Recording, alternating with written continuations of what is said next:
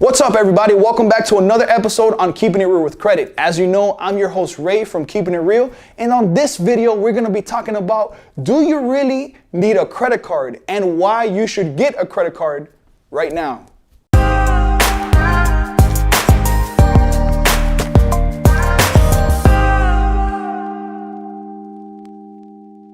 What's up, everybody? Welcome back. As you know, once again, I'm your host Ray from Keeping It Real, and if you're new to this channel, consider subscribing because on this channel we talk everything and anything regarding credit, personal finance, tips and tricks on real estate, automotive, you name it, you're definitely gonna find it here. So now with that being said, let's get on with the topic. Have you ever thought that just maybe you could live without a credit card? It may sound crazy, but there's actually people out there that get by without using credit cards at all. Ideally, you should pay your balances in full every month and keep utilization under 30%. This is exactly how you're gonna build and maintain healthy credit. However, credit cards are not meant for everyone, especially for those who cannot manage them carefully. So before you start applying for a credit card, take a look at your spending habits and finances to better determine whether or not you'll be able to use credit cards responsibly. Now you may ask, what are some of the pros of credit cards? Well, a lot of people benefit from using credit cards because they are convenient and can help you organize your finances. For example, if you put all your expenses all in one card, you'll be able to only have one bill and build credit history at the same time. As long as you use it responsibly, and for those of you that are building credit, this right here can be very enticing. Credit cards also offer a lot of perks and rewards, like cash back on purchases, which you could then use towards a statement as credit or even purchase gift cards. Also, it offers protection on all purchases in the event that the fraudulent activity happens on your account.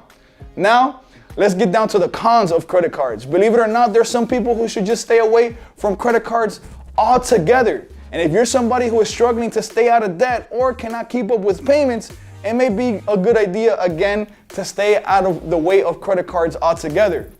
Credit cards can help you build credit, but they can ruin it as well. If you start maxing them out or miss payments, your score will suffer.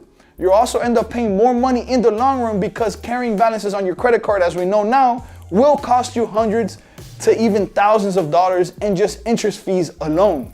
So the big question is, how do you even build credit without a credit card at all whatsoever? Is it even possible?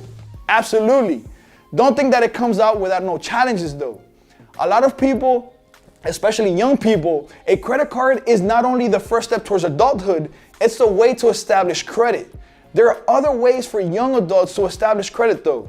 Student loans can help you build credit on your on-time payments as they report to all three credit bureaus.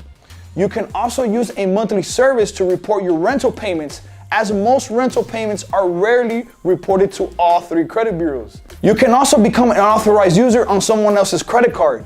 This is another great way to help establish credit history, as it accounts for 35% of your score.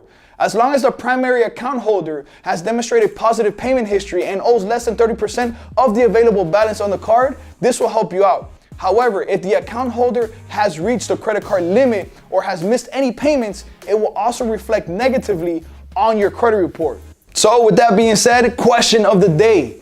What are some ways that you started building out credit? Did you use a credit card or did you use another alternative way to start building credit?